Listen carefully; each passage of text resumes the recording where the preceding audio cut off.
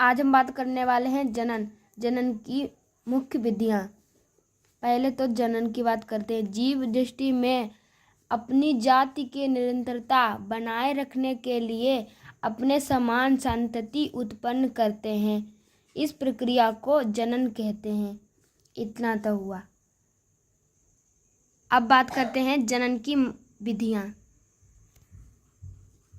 जीवों में जनन निम्नलिखित विधियों द्वारा होता है। अलैंगिक, लैंगिक। पहले हम बात करते हैं अलैंगिक जनन की। जब संतति की उत्पत्ति केवल एक जनक द्वारा होती है तब इसे जनन को अलैंगिक जनन कहते हैं। अलैंगिक जनन द्वारा उत्पन्न संतति आकार की आनुवंशिक रूप से जनक के समान होती है, अतः इन्हें क्लोन कहते हैं। ये प्रायः एक कोशिकीय ये जीव सरल शारीरिक संरचना वाले पादपों में होता है। अलैंगिक जनन का एक प्रकार कायिक जनन भी है। अलैंगिक जनन में कौन कौन सी विधियां आती हैं वह देखते हैं। पहला तो है विखंडन, दूसरा है मुकुलन, तीसरा है खंडन, चौथा है बीजाणु जनन, पांचवा है पुरजनन, छठा है कायिक जनन। हम बात करते हैं। पहला है विखंडन। विखंडन जब जनक कोशिका या जनक जीव दो या दो से अधिक भागों में बांट जाता है और प्रत्येक भाग से एक नया जीव बन जाता है तो इस प्रक्रिया को विखंडन कहते हैं। प्रोटोजुआ तथा विभिन्न मोटोजुआ अलैंगिक जनन विखंडन द्वारा होता है। विखंडन निम्नलिखित विधि द्वारा होता है। ये तो हो गई पहली विधि। दूसरी देखते हैं। विखंडन में आती है द्विविभाजन।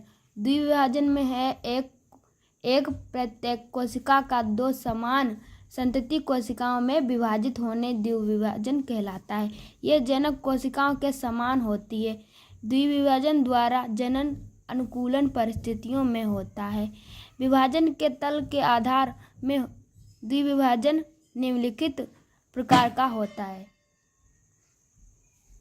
ये कुछ ऐसे चित्र बनते हैं। यह चित्र अमीबा का है। यह है पैरामीशियम का। यह चित्र है यूग्लिना का। अब इसकी दूसरी विधि है बहुविभाजन।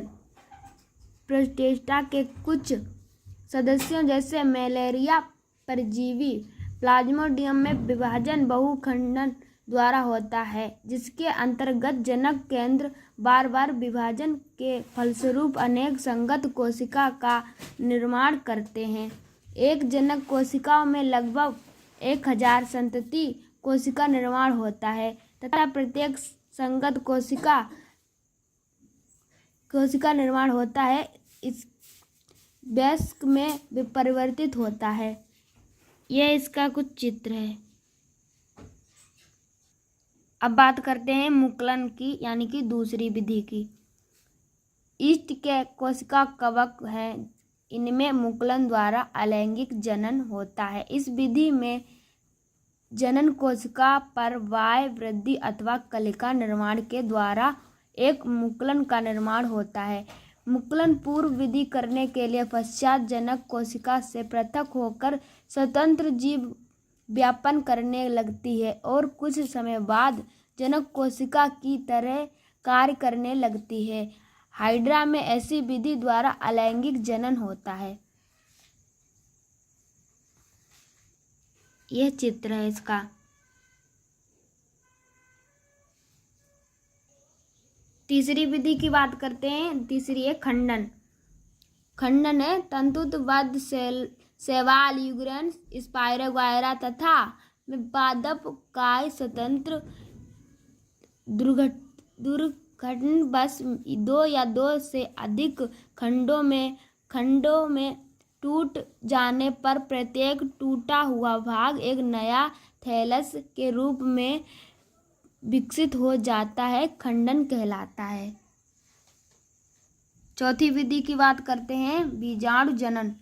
कवक, शैवाल तथा निम्न वर्ग के पादपों जैसे ब्रायोफाइट आदि में बीजाणु की उत्पत्ति अलैंगिक जनन द्वारा होती है।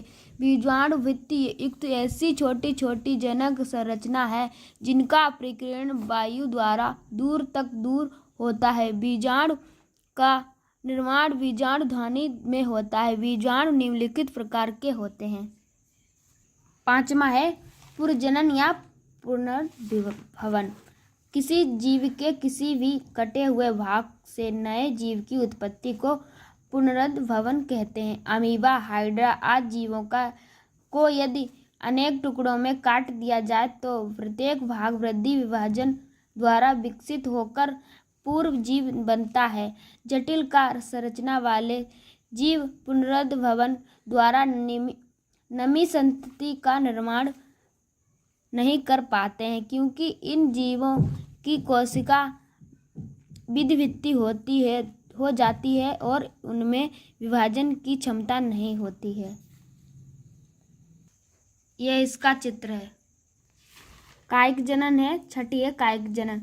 अलैंगिक जनन का एक प्रकार कायिक जनन भी होता है। प्रत्येक पादप को कायिक अंगों द्वारा नए पादपों का निर्माण को कायिक जनन कहते हैं। इसमें संतति निर्माण पादपों के कायिक अंगों से होता है, जैसे तना, पत्ती आदि को पादपों के कायिक भाग कहते हैं। कायिक जनन को कार्य प्रवर्धन भी कहते हैं। ये जनन अनुकूल परिस्थितियों में संपन्न होता है, क्योंकि जनन में भाग लेने वाली संरचना को पैरेंकिलम कहते हैं।